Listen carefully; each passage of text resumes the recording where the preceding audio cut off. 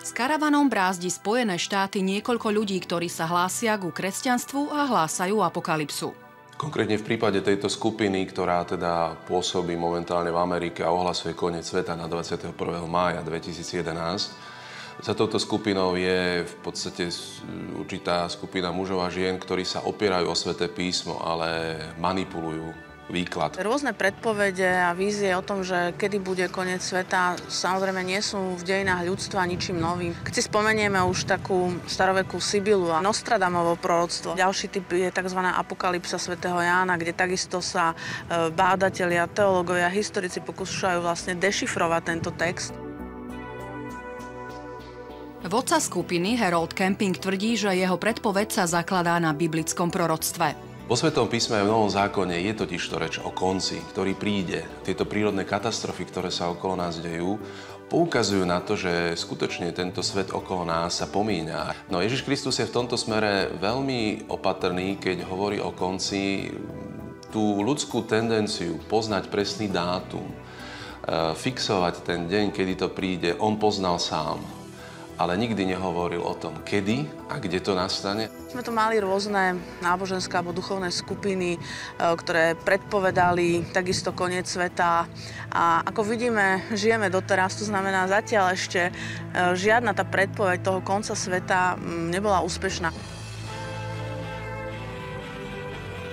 Práve tragédia v Japonsku spustila ďalšie obavy o začiatku konca našej existencie. Podkladom tvrdení skupiny z Oaklandu majú byť zakódované odkazy v knihe kníh, ktoré stačí správne dešifrovať.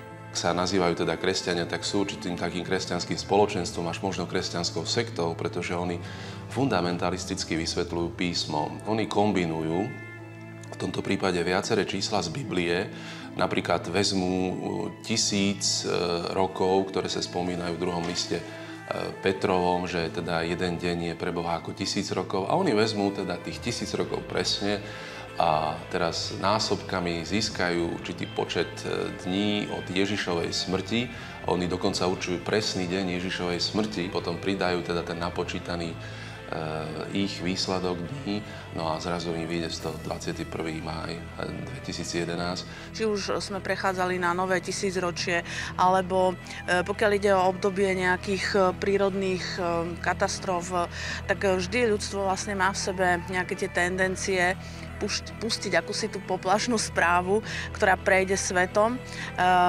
Je samozrejme absolútne nejak iracionálne presne vedieť a stanoviť, že kedy koniec sveta bude. Mnohí by chceli vidieť Bibliu ako nejakú knihu šifier, ktorú treba odhalovať, ale toto nebol pôvodný zámer svetopiscov. Vo všeobecnosti sa vlastne traduje, že koniec sveta si prihodia ľudia sami, čo by mohlo zodpovedať aj určitej takej situácii, že tá príroda je v katastrofálnom stave. Snáď, ak by sme mohli hovoriť vôbec o konci sveta, tak to môže byť naozaj nejaká katastrofa, ktorú si, ako som povedala, prihodí sám sebe človek svojou hlúposťou.